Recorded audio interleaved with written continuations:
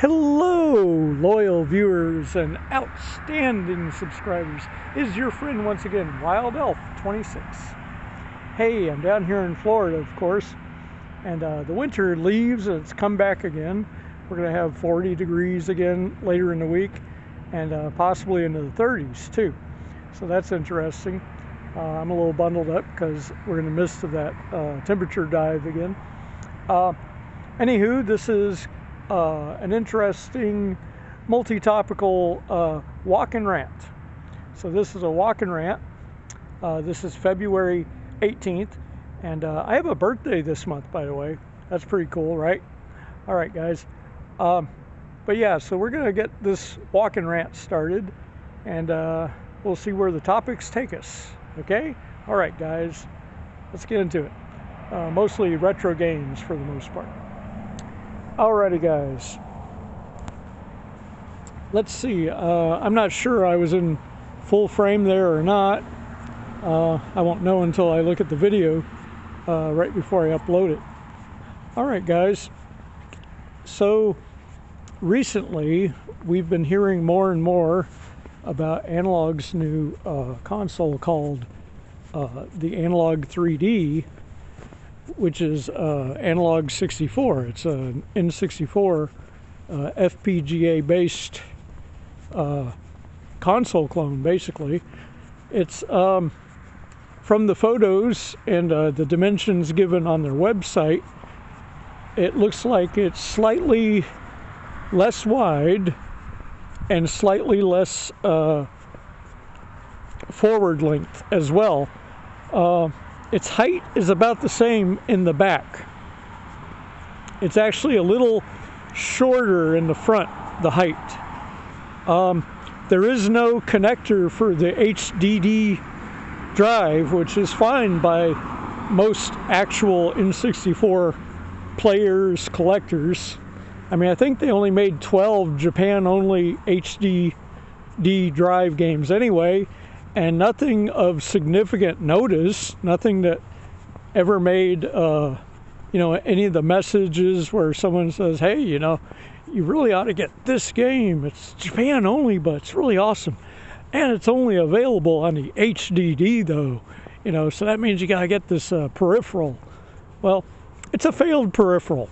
And that's the thing, too, with these companies, These are well-established video game companies, and they make these machines, these add-ons for their very famous consoles, and then they do not support them with significant advertising in the regions they're planning to release them in. And in the case of the Japanese HDD drive, I think I saw one advertisement for it when I actually went searching for Japanese ads. And I don't recall like a Japanese commercial or anything else. Just it was like a magazine print ad for one of the Japanese game magazines. But there was nothing here. There was nothing, outside of interest and electronic reveal shows, a couple of photos. There was nothing that would make American gamers, even slightly wonderment or any kind of hype buildup for anybody to want one of these things. I remember there was a few photos were divulged, and that was about it.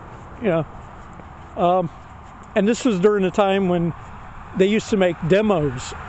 And if the HDD used some kind of, I don't know, probably an iOmega system or maybe it was old school. Maybe there was like a disc inside, kind of like that failed music format, the micro disc, where it had an outside case, but there was a spinning disc inside, which was later more polished and refined when Sony made the PSP, and they had a micro DVD inside a little shell, and they called it the UMD format.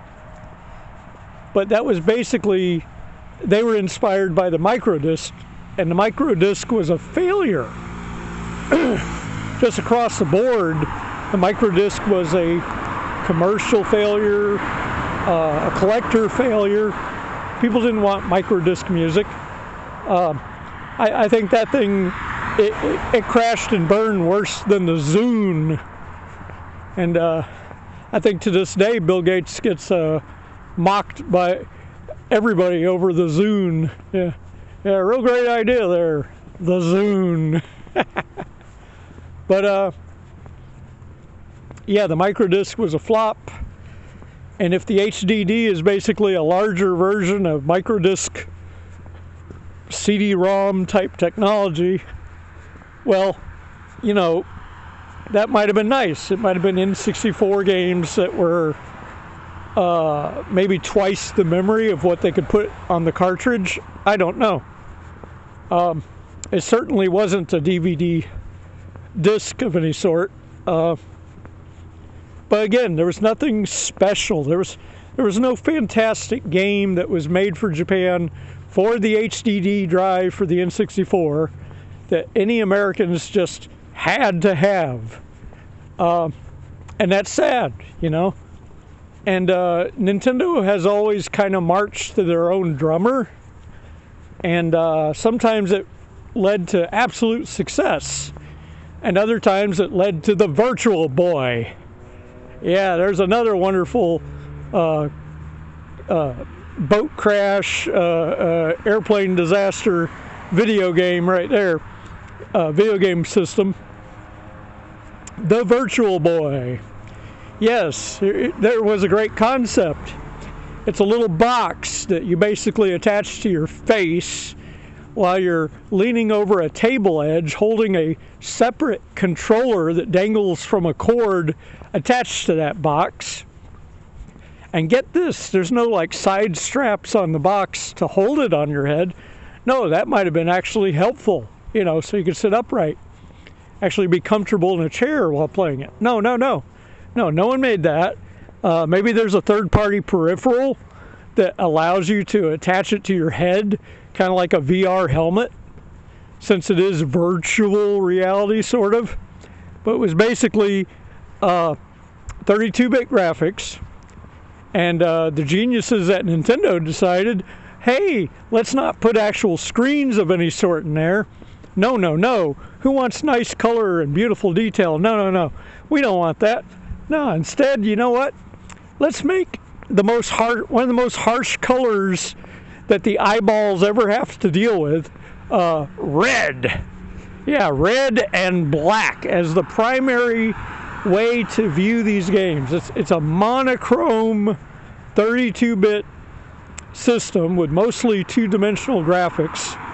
It was capable of interesting polygon technology. It was kind of like the in between the SNES and in between the N64 was the Virtual Boy. It's like, holy shit, you know, pardon my language. Holy crapoly, you know. The Virtual Boy was not just a flop, it was a glowing, stellar, super burning star off the edge of the atmosphere flop.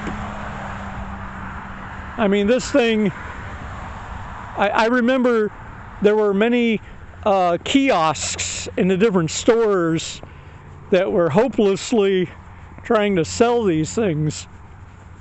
And I played a couple different sample units they had. And I just remember one, you know, thinking that, wow, Nintendo will do anything not to make a backlit handheld. Because they're still making, at that time, they're still making Game Boy. I think they had branched up to Game Boy Color by that time. Yeah. They had exited the Pocket, Game Boy Pocket, and we're starting to do Game Boy Color. But this thing was just terrible, the Virtual Boy. And the controller was interesting. I don't know what kind of fever dream they had when they designed any of this stuff, but somebody there, and I think probably Mr. Miyamoto, really liked it. It's a dreadful portable. It's monochrome, has 32-bit CPU, and it uses a technology that basically rapidly shines what's essentially a red LED laser across your eyeballs, kind of tracks where your eyes are pointed, and I'm not sure if anybody has had like lasting eye damage or something. There's claims that red laser or red light doesn't hurt your eyes, but green does. Well, gee, the original Game Boy, the DMG, what colors was it? It was kind of a pea soup, puke green, and black LED. So, and the black LED would have variances of what looked like intense indigo blue on top of a puke green, pea soup yellow green backdrop. I just remember that the color was just less than appealing, but it was the first dot matrix handheld that was actually having popular titles. Now, the problem with this shit, oh, pardon me. Yeah, sorry folks, this is an extra spicy walking rant. I don't usually let the four-letter words fly, but that's how angry the Virtual Boy got me. And we all know about the angry video game nerd, and he gets angry about everything. But there's some systems, and I'm a retro gamer. My first game system experiences were with the Atari 2600, and I was so relieved when the Nintendo, the first NES came out, because when you compared the Atari 2600 games to their arcade counterparts, it was just abysmal.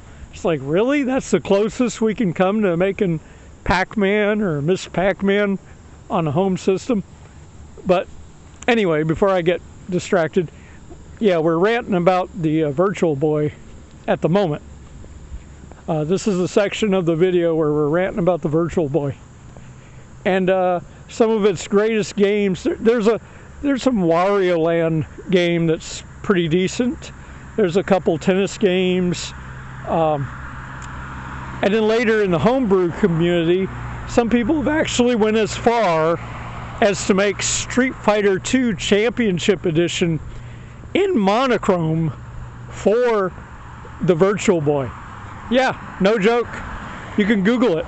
You can find where it's at. It's I don't know if it's on a Kickstarter site or what, but you could eventually download that, and if you have the sufficient equipment, you could probably run it on actual Virtual Boy hardware. Not that anybody wants any Virtual Boy hardware. And the people that do want Virtual Boy hardware are either just obsessive collectors for the sake of collecting, or they're dealers that want to sell it to obsessive collectors. At least that's how I look at it. I'm one of the retro gamers out here that actually plays the retro games. I buy it to enjoy it, to play it. I'm not looking for a museum piece to sit there and then try to act like it's some kind of stock that I'm investing in. And, oh, I hope the value certainly accrues on it. No, I don't hope the value certainly accrues on it. I hope the value stays relatively to what I paid for it, And much is the case when it comes to some of the games I've had. If I have relatives like my nephew or nieces or whatever, or some good coworkers even, if I get tired of a game or something, my good coworkers or one of my out there relatives, I may offer first dibs at it, And then, I bought it for like $30 or something. I might sell it to them for $6, Or if they appreciate the retro games too, and I know it, heck, I might give it to them as a birthday gift or a Christmas gift or something. And that's the thing too, folks. If somebody gives you retro video games and a machine to play them on, that's an amazing thing. And if people aren't really aware of that, they should be aware of that, because the retro games themselves are quite good in general, but even at the least, they often have a decent resale value attached to them. And I know in this day of different marketplaces online and eBay and all this, what's the other ones? Tinder or something? I don't know. I'm not up on all that internet stuff. The irony, I'm on social media, but then again, I'm only on one social media. I'm on YouTube. If you like Wild Elf's content, if you like to hear things from the Wild Elf, or want to ask him something on a comments on one of the videos in relation to something, go right ahead. But you're only going to find him on YouTube, at least for now. And that's where I'm at. I'm on YouTube. If somebody said I went to Facebook or something, or what's that thing, InstaChat, Instagram, or whatever, I'm unfamiliar with those things. And all this recent activity with some of the owners of some of these different social medias, I'm kind of reluctant to even go on some of those things, because I know it could be fueling or promoting or something, a situation of thought or life that maybe I agree with or maybe I don't agree with, So it's one of those weird things, For the most part, I enjoy YouTube. YouTube, at least for the majority part, seems to protect our freedom of speech for the most part. There is some unusual activity within YouTube. I've noticed this. I think it's odd that based on the percentage of subscribers that I have, the percentage of subscribers I have, that so few of them seem to be the return viewers. Or for that matter, that I would have so many views on a video and virtually no comments. Now, there are some filters in place on the comments section. Sorry, folks. I got my collar up and it's kind of tight on my neck here, making my voice do weird stuff. And I ate something spicy earlier. But where was I? Oh yeah, some of these filters that YouTube has for the videos, they're mostly vulgarity filters based on comments coming in. If it detects some sort of words or something, I didn't select these filters. I didn't select whatever the trigger words are that they look for or whatever. I try to put the most minimum of any kind of filter or censor whatsoever. Most part, I just want people's honest comments, But, the internet's full of lots and lots of trolls. And I don't mean people that are doing stuff from a comedic effect. I mean very hateful trolls that say horrible, vile things, just nasty things. And there's no reason for it. There's nothing that they see. There's nothing that they're hearing in the content matter that would give them any legitimacy to say the nasty, vile comment that they make. And then you check their site, you visit their site, and you realize, it usually says they've either been on YouTube for 4 years, 5 years, 3 years, and they have 12 subscribers and 0 video content of any kind. Usually the minimum is some kind of a playlist that they have, and the ones that only have a letter on their thumbnail, that's sometimes a giveaway. That these are all the aspects usually of some very thoughtless, very angry troll people that just like to be mean to people for no reason. It's sad because it means they usually don't have anything going on in their own personal life. They don't have any kind of social life whatsoever. Me, I'm going out and about. I got people I've worked with, people I know around town. I have a full social life, So most people, if you don't have that going for you, you probably aren't making that effort.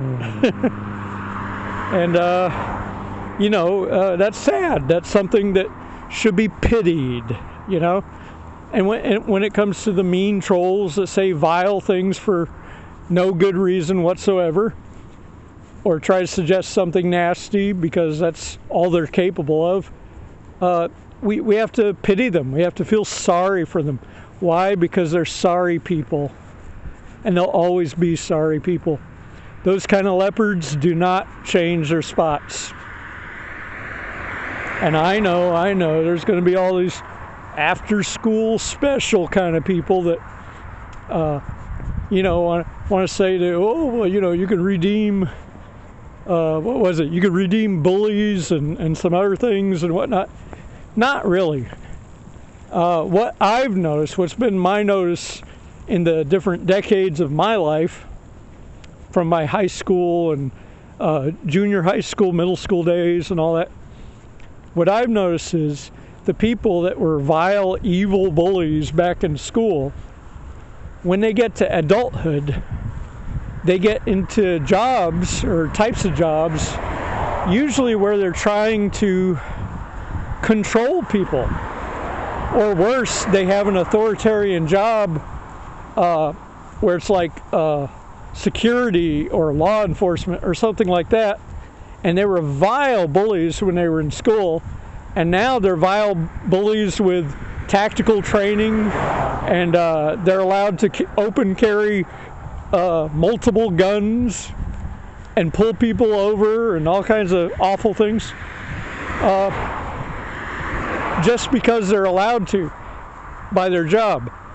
And it's horrible because there's respectable men and women in law enforcement, and I do know a few of them. There's a great trooper I know. His name is Bill Jackson, and he was in the Volusia County, Florida area for a long time. But he was a trooper, and he had the entire state of Florida as his jurisdiction. So, but he was a great guy, and he did his job good. He never bullied anybody. But with anybody ever tried to mess with that man knew his stuff. He knew how to handle people his size and a lot larger. But he never abused his power. And that's a mark of a really honorable law enforcement person. I know another honorable law enforcement person back in the 80s and the beginning of 90s. He was a Dallas Metro cop back in the 80s, and before that he had a good Air Force career, and he has a nice family. He had 2 awesome kids, and they're grown now.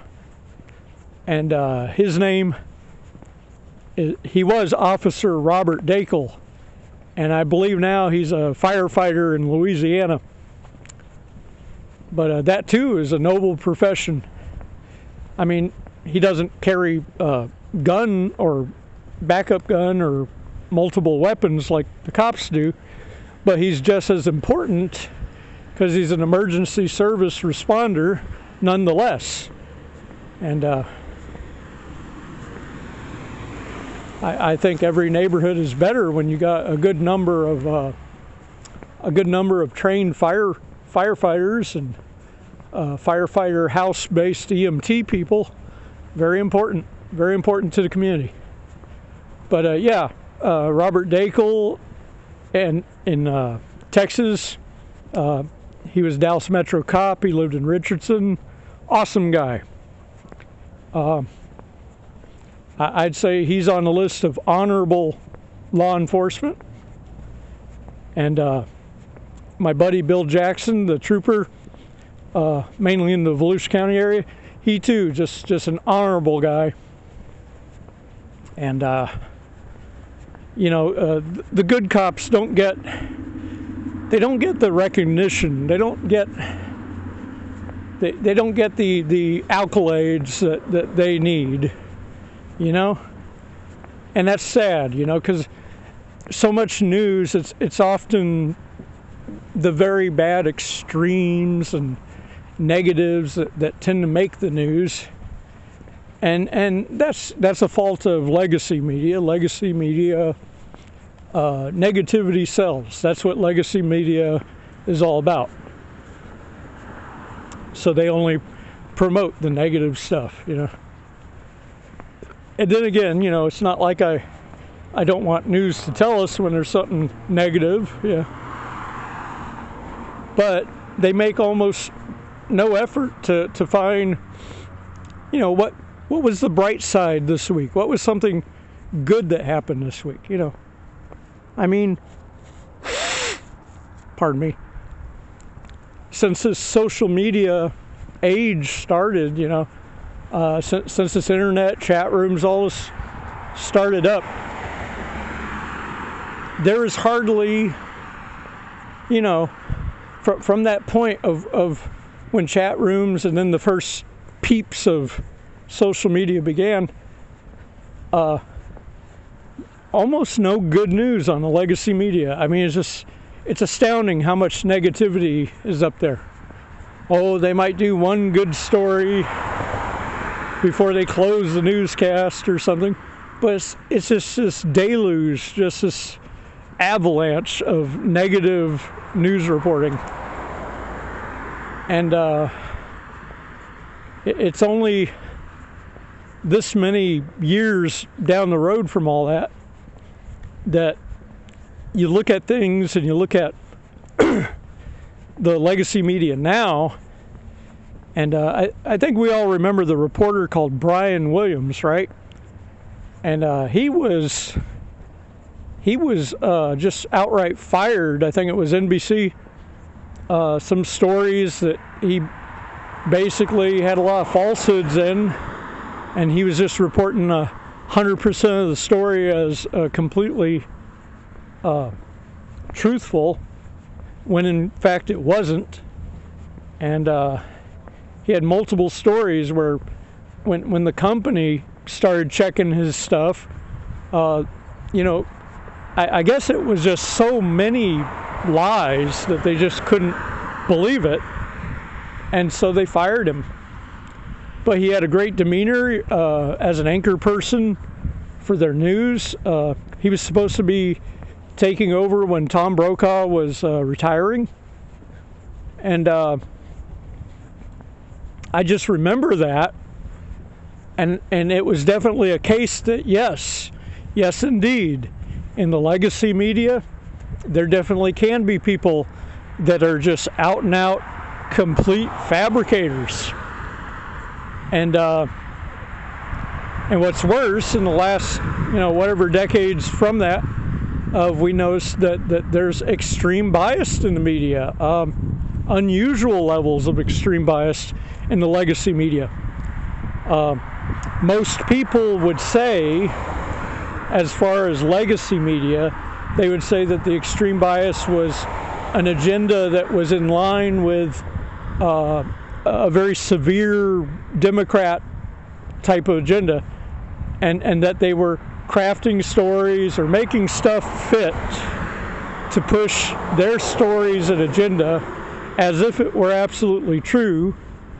And most of the time, there was virtually no factoids associated with a big chunk of stories. And they're only now, they're unraveling so much of this now. And in our most recent elections, you know, there were so many people that were just caught completely off guard by the election results. And they shouldn't have been, but they were relying exclusively on established legacy media.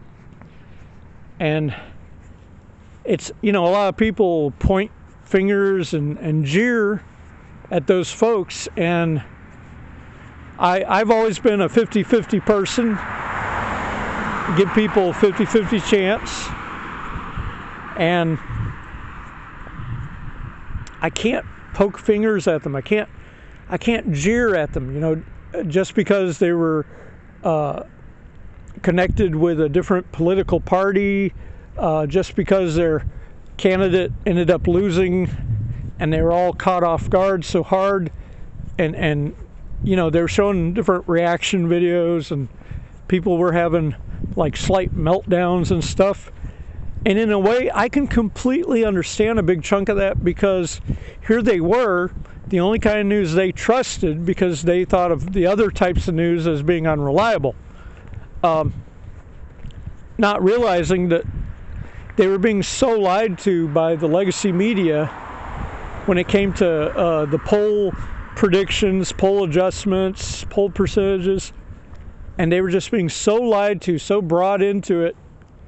And then you see them later with these reaction videos and meltdowns, and I could totally understand that they would have these reaction videos and meltdowns, and I don't jeer them. I don't poke fingers at them or try to whatever, because I see what they're coming from, and I can see it's like their entire sense of what they believed was, you know, the modern world reality. And then they, at this moment, when all this was realized, they're suddenly realizing how much their legacy media lied to them. And a lot of them, they can't put it to paper, you know? They can't put it to paper because here they were, they trusted the legacy media, you know, agencies that won the Edward R. Murrow Award, you know, just basically prestigious legacy media, you know, and they're brought up for, you know, raised up with their parents watching these news channels, and I watch a lot of them too. I started to get a little suspicious of legacy media only because of how our local official media in the Central Florida area covers certain news stories, and how long they cover certain news stories, how many minutes they choose to stay on a story before they flip to the next one. And I started noticing irregular patterns within the local legacy media, and it was disturbing to me. And I noticed how many times the local media would side with anything official or government in our local area. And I thought that was a little bizarre, because a lot of media back in the day, especially media from places like Boston, New York, Philadelphia, different things up the seaboard, you know, compared to like California medias, usually media was suspicious of the machine, the man, you know, all these people that were for freedom and wanting to stick it to the man, because the man and the companies are sticking it to the people, which, you know, they are, but there is a system in place. There are things that make sense within that system.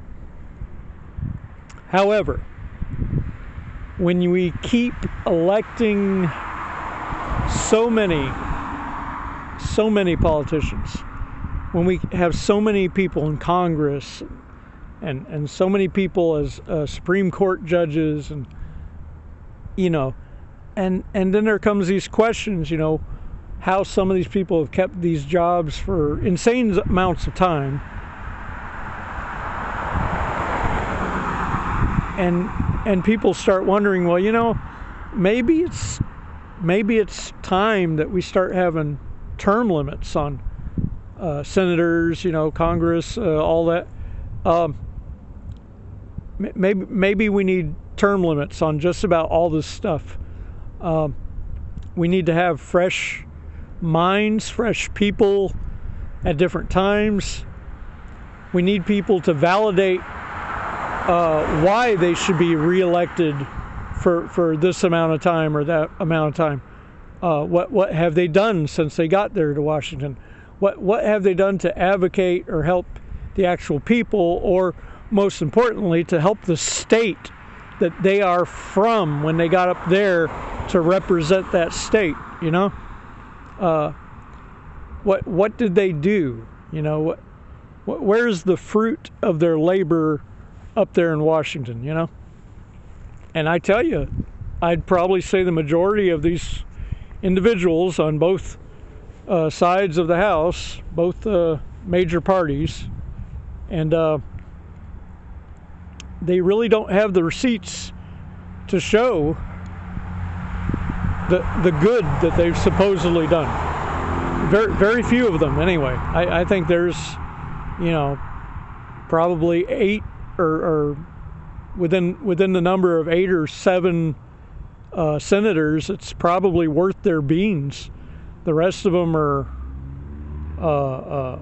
very questionable, getting very shady contributions, and whatever name they're calling those contributions, and very shady kickbacks after certain bills are passed that they did after lobbyists had certain meetings with them. Right now, a lot of things are coming to light, but you know what? It's not going to amount to a hill of beans if these senators, congressmen, whatever, if they're found to be committed corruption, and if they're found to have additional corruption of kickbacks and other things coming to their accounts, it's not going to amount to a hill of beans.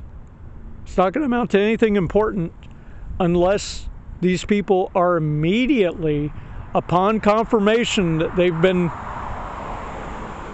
in corruption, it's been proven, the paperwork, other things has proven that they are right there in the middle of corruption, definitely aware of what was going on. It ain't going to mean much unless they start imprisoning them immediately upon the confirmation that they have been involved in this corruption. Corruption at that level, in these highest agencies of the land, that kind of corruption needs to be punished, and punished thoroughly and rapidly. Swift justice, exactly, swift justice. And so far, I haven't seen it. I haven't seen any of these people. They're answering to the things that they're being asked about. Very sticky, awful things. I haven't seen any talk about any of them. No official talk about any prison time, anything, any arraignments, nothing. Haven't heard nothing. And that doctor too that definitely has been linked to a lot of this fishy stuff. Fauci. Right now they're going through the laundry list of folks right now, and I think it's quite clear that if they let Fauci walk free and clear, that's a terrible example to be setting for the rest of the government. It really is. after everything that went down, and he was perfectly cognizant of all of it. They've already established he's right in the middle of it. Every questionable thing about that. But, you know, I'm not a politician, and I never took political courses in school or any follow-up or grad school or none of that. And I wouldn't want to do politician. I would not want to be elected, you know.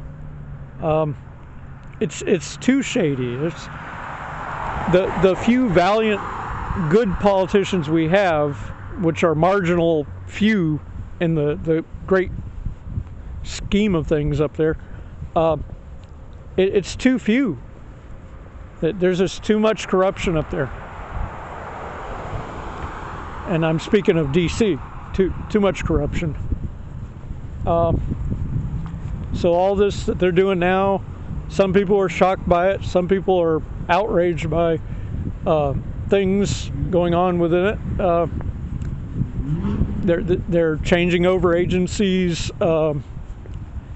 Basically, they found agencies that have been doing things not just inefficiently, but outright corruptly, wasting tons of money, and they're making these agencies accountable, and they're cutting loose the ones that were part of whatever was going wrong, and the agencies are being remade into new agencies, and they're putting forth certain practices of business for those agencies to make sure that this kind of stuff doesn't happen again, and that the accountability is a lot more transparent in the everyday workings of these agencies. Now, there's a lot of people that are freaking out because they think that different agencies are just being eliminated completely. They're not. It's like when you want to build an amazing new building, sometimes you have to bulldoze and wrecking ball a shabby one. And that's what's going on. A lot of our established agencies have been proven not just to be shabby, but to be downright criminal. And so the wrecking balls come out, the bulldozer has come out, they're going to steamroll what was left of that agency, and in the ashes of that agency, a new agency will be created, far more efficient than the previous one, and it will be better for the American people overall, and it'll keep tabs on our government in a lot more transparent way. And overall, you do want to hang on to most of your money, right? I'm sure most people do. And to at least know when your tax money is being spent, that it's actually being spent properly, instead of all kinds of silly crap that you never signed up for or wanted it to go to. At least that's my take on it. But I'll tell you this much as I go on and on. Sorry guys, this was a retro gaming rant when I started. Somehow I ended up turned into Jimmy Stewart going to Washington. Oh, well, this bill sucks. But yeah. By the way, if any of you don't know who James Stewart is, he was an awesome actor. He did a lot of amazing movies, and you would all be the wiser by watching a lot of different Jimmy Stewart movies. He was also a daring World War II pilot in real life. After he's made a few movies, he was recruited as a pilot. He already had piloting skills, and he taught other men how to fly planes properly. They made him a squadron leader. He was a great tactician during the war. I mean, he's one of the few actors that would probably have been a great politician because he actually led people in war. And he came back. Multiple airstrafes, multiple bombing runs. the story of Jimmy Stewart and his veterancy during World War II is just outstanding. It's phenomenal. Yeah, so if you get a chance, look up on Google all the Jimmy Stewart movies and start watching a bunch of them. You know, that was a time and period in Hollywood that was really, really wonderful. That's what movies, that's the way movies were shot. A good chunk of them are black and white, but there's a few colorized movies. Like I said, he's an actor that was an actor first and then became a World War II pilot. So that tells you the time frame of Jimmy Stewart there. But yeah, if you don't know Jimmy Stewart movies, you need to be checking them. In fact, you know, a lot of people now, you'll see reaction videos where people are watching movies or listening to music from different decades that they never existed in, you know. And they're realizing just how awesome things were in certain decades, you know, way before they were born, you know. That different things in this world, different things in the earth we know were amazing. You know, different older things, older cars, you know. There's a certain Porsche from way back that's astounding. There's like a 70-year-old Porsche, and everything on it still works, and the motor still fires, and just a beautiful car. Kind of looks like a later car that also Volkswagen had something to do with, called a Carmen Ghia, which in a way is a poor man's Porsche. But boy, I'm going all over the map with this stuff, aren't I? Woo! Well, anyway, if I can find my train of thought, I seem to have detoured down a different track. All right, guys. Yeah, I told you it's a walk and rant. And no matter what speed the walk is, we're going to have a good rant. And topical. I did promise you it would be multi-topical, didn't I? Ha ha ha. I told you. But yeah, watch some Jimmy Stewart movies. A good chunk of them are good. Whether they're war movies, Western movies, some of his comedies and heartfelt movies. The one where he goes to Washington. God, what's the title? I know the title, but my brain's holding that info hostage against me. Okay. You ever have that happen? That sucks. That happened to me a lot in middle school. I would know answers to a test. I would know all kinds of stuff. And then when I needed to put it on paper, my brain just said, yeah, it's hard to describe. You know, you do a lot of studying, you do a lot of homework, then suddenly your brain just doesn't work the way it's supposed to at a critical moment. And you tell the teachers this, and the teachers are no help at all. I mean, I've got a high school education, but I got to tell you, the first half of my school years were a nightmare. But I did well in reading comprehension. This is the part where I brag about myself and bore you half to death, so listen closely, folks. I'm quite an artist. I sketch and draw and paint and sculpt a little bit. Pretty good with clays. I even later in the beginnings of high school participated in wood shop, so I got a decent amount of wood shop experience. But I didn't do metal shop, and I didn't do auto shop. That was an option. When I went to high school, they had a section, elective called auto shop, where they could actually learn how to build, repair cars. Yeah.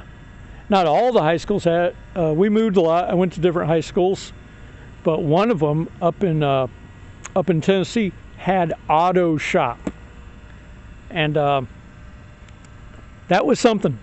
Yeah. Back when schools taught you real world skills, when they were concerned with your future. That's kind of like what school's supposed to be about. Prepare you for the adult world so you can make a difference, so you can make a living. Instead of what school has become in the modern United States, with all these focuses on different tests, and then they lower the difficulties of the tests, so it seems like more students are passing, so it seems like their school is more successful at teaching, when in fact it's not. It just lowered the bar repeatedly, and then they claim they do it for diversity, equity, and that's not right. That's not fair. It's not fair because they're trying to claim like one ethnic group is less capable than another one, and that's not true. I've met smart people of every color imaginable in my school days and later in life. So I don't know where that crap came from. It was probably more political agenda BS, But yeah, the schools actually started adopting doing that stuff, so hey ho. But yeah, back in my schooling era, we had things like, and this is very important, they need to bring it back, it's called home economics, or abbreviated, we called it home ec. And home ec, your electives, you could choose music, physical ed, art, or home ec, depending on what year it was. And me being an artist, of course, art was one of them right away. Home ec was the secondary one, and I picked home ec, and I picked music, but there's that thing of where I try to remember the stuff, and then it's not there when I go to write the test paper or whatever it was for the teacher. I had a mind geared for visual art, but for some reason, if you're very good in visual art, not all the time, but a lot of the time, you find difficulties with audio art, or the process of audio music method. I don't know how to explain that. I'm sure there's some study or paper on some Google site that elaborates that far better than I can do it. But yeah, that exists out there. But there are some people that are complete Renaissance people, that they're artists, they're exceptional musicians, and they're mathematicians on some outlandishly high scale, which is awesome. More power to them. But they're a triple threat, and they're probably guaranteed to have a very successful life. What I've noticed too is there can be people of remarkable intelligence for the most part, but being very aware, very lucid, aware, and smart does not guarantee your financial success. There are a lot of people that are quite well able to describe their lack of financial success, and their demographic, where they're from, ethnicity, if that has to be a factor, which it usually isn't, but whatever. For all these reasons, they should be doing a lot better. But what I've noticed is a lot of very successful people are very low on smarts. That's right, people. Sometimes it's runoffs from family money, some kind of legacy, family that did very well, or it's just dumb luck. Somebody just happens to create something, and it turns out to be the next great invention, or the next trendy plaything toy or something. Some guy created the little things that go on into sneaker strings, the little plastic thing, and from what I understand, he became a multi-millionaire in like a few weeks over it. And who is that guy that made the Play-Doh? The inventor of Play-Doh. Like, he invented Play-Doh, and that just took off. That was like one of those super idea toys that had not existed for decades, and then somebody just came up with Play-Doh, you know. And there was some lady, she had an office job, and they needed to cover up text on their paper, and she created liquid paper to just paint a little paper, wait for it to dry, then you could write on the line and put that on your copy scanner, copy machine, whatever. And she became like super mega rich, like within a few weeks or something. A lot of this stuff, you can Google it, you can find out. But yeah. So sometimes great success comes with just a lot of luck. Luck is not guaranteed. It's just some people can be incredibly smart and reasonably lucky, and there's other people that can be not very smart but have an unusual amount of luck. Just almost like a superpower worth of luck, you know? And it's like someone asked me once, they said, would you rather be incredibly lucky or very smart?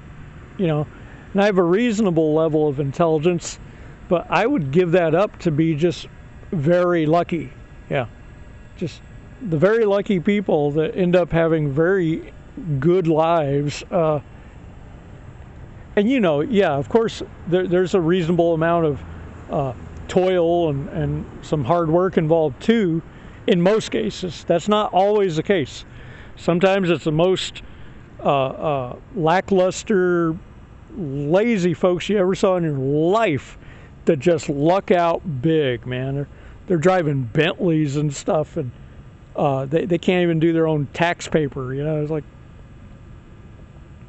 they have to have someone else fill out their tax forms for them. Just crazy lucky. And I think it's because of this surge where everybody wants to be a business owner and stuff like that too. Some of these people, you know, they crash and burn. They crash and burn with the businesses they start. They find out there's a lot of cost overrun that they have no idea about going into the business. They didn't do any of their research on the area, the demographics, certain factors that might hurt a business in the area. They didn't do any of that. They just opened up some business, hit or miss, and a lot of them crash and burn rapidly. And the startup costs for most businesses is ridiculous, and it's usually the most money. And most businesses, their first year in business, they're lucky if they break even. They're lucky if they made the money that they spent that year. And then their real success will be determined the following years after.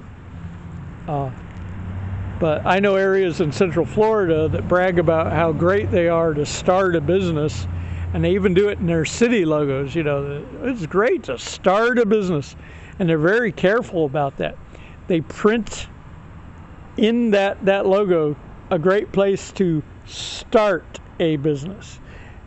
They are very, very careful not to have it say a great place to have a business. No, start a business.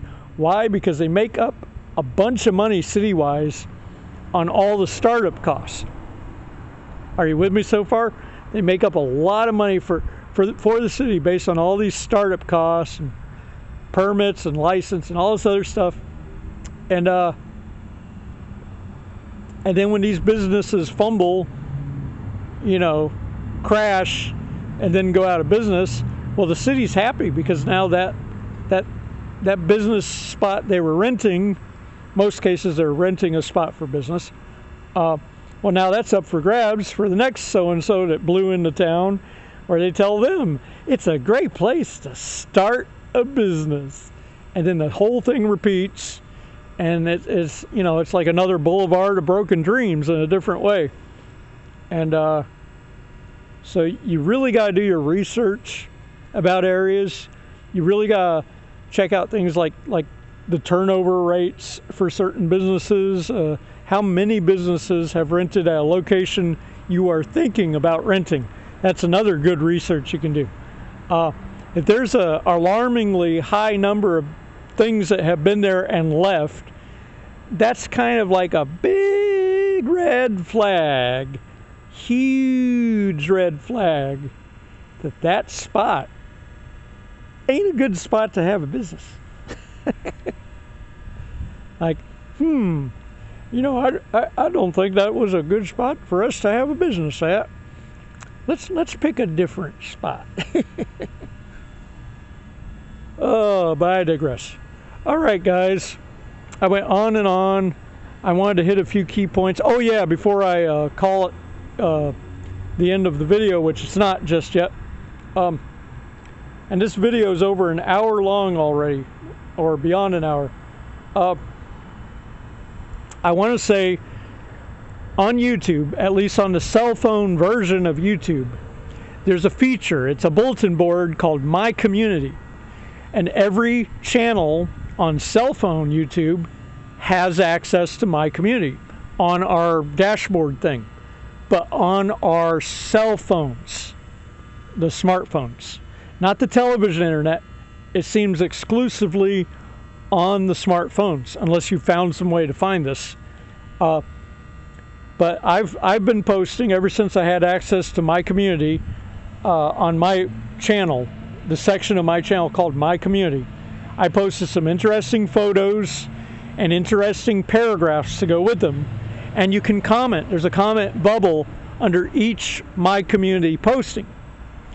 So Daryl Tsung, Captain Frugal, Slipstream GT, any of my awesome subscribers I haven't mentioned just yet, please go on your cell phone YouTube.